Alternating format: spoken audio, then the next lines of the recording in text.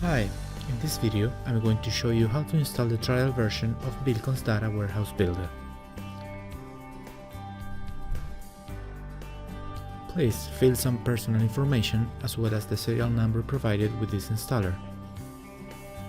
Then you can choose your installation directory.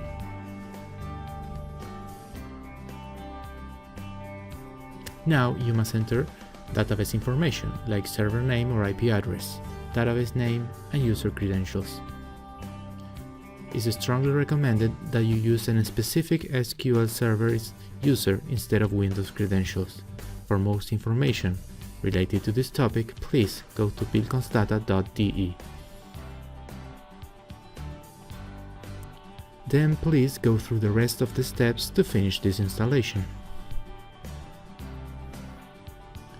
Thanks for watching, and if you have any questions, please go to wilcondata.de.